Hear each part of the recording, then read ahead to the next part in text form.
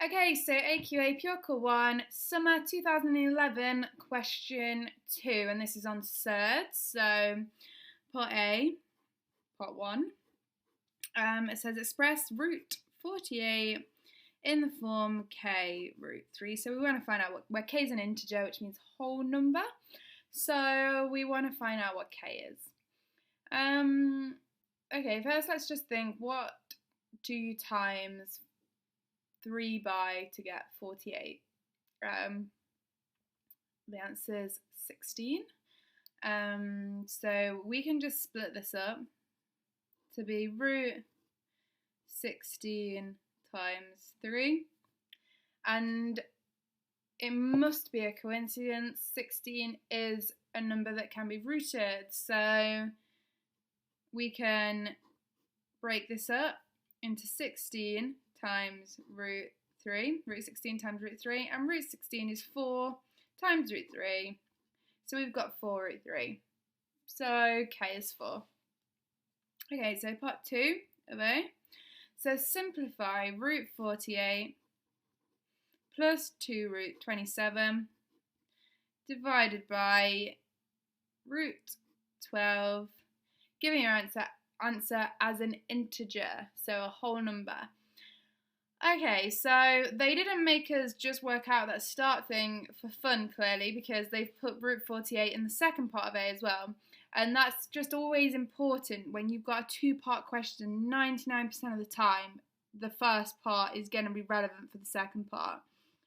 Okay, so let's just make this for root 3 plus 2 root 27 divided by root 12. And let's just see how, if we break all of this up, how it works. So because this has been broken up into 4 root 3, let's just assume that we can break them all up to be an integer times root 3. So this one's 2. What times 3 makes 27? So we have 9 times 3 equals, divided by root 4 times 3. Okay, so we've got 4 root 3 plus, and the square root of 9 is 3, times 2 is 6 root 3, divided by the square root of 4 is 2 root 3. Okay, so if we just cancel out all the root 3's, we've got 4 plus 6 divided by 2, which is 5. And that is your answer. Lovely. Okay, so part B.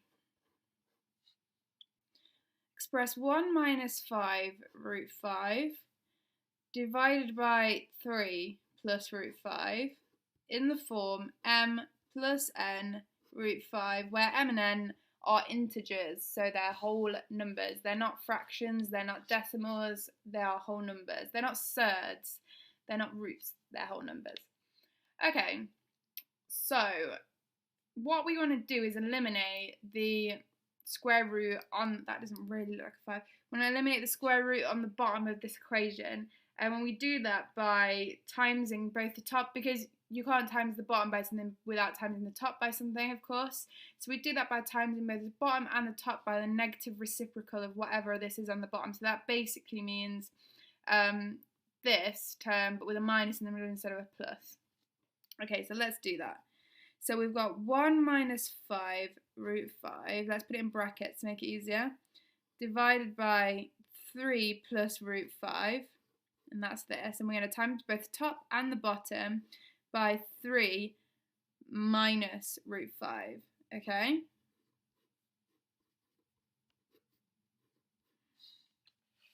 Right, timesing all this out, we're just going to do it by like the same way that you'd times any brackets out. So 1 times 3 is 3, 1 times minus root 5 is minus root 5, minus 5 root 5 times 3 is minus 15 root 5, and minus 5 root 5 times minus 5 is 5 times 5, which is plus 25, because it's a minus times a minus. Okay? Sorry about the focus. And then on the bottom of this equation, we've got 3 times 3 is 9, 3 times minus root 5 is 3 minus root 5, root 5 times 3 is plus 3 root 5, and plus root 5 times minus root 5 is minus 5. So these two cancel, of course, which was the aim, and we are left with 3 plus 25, so 20, a minus 16 root 5 divided by 9 minus 5, which is 4, and all of this can be divided by 4, so we've got 7 minus 4 root 5, and that's your answer. So I hope that was helpful, and thank you for watching.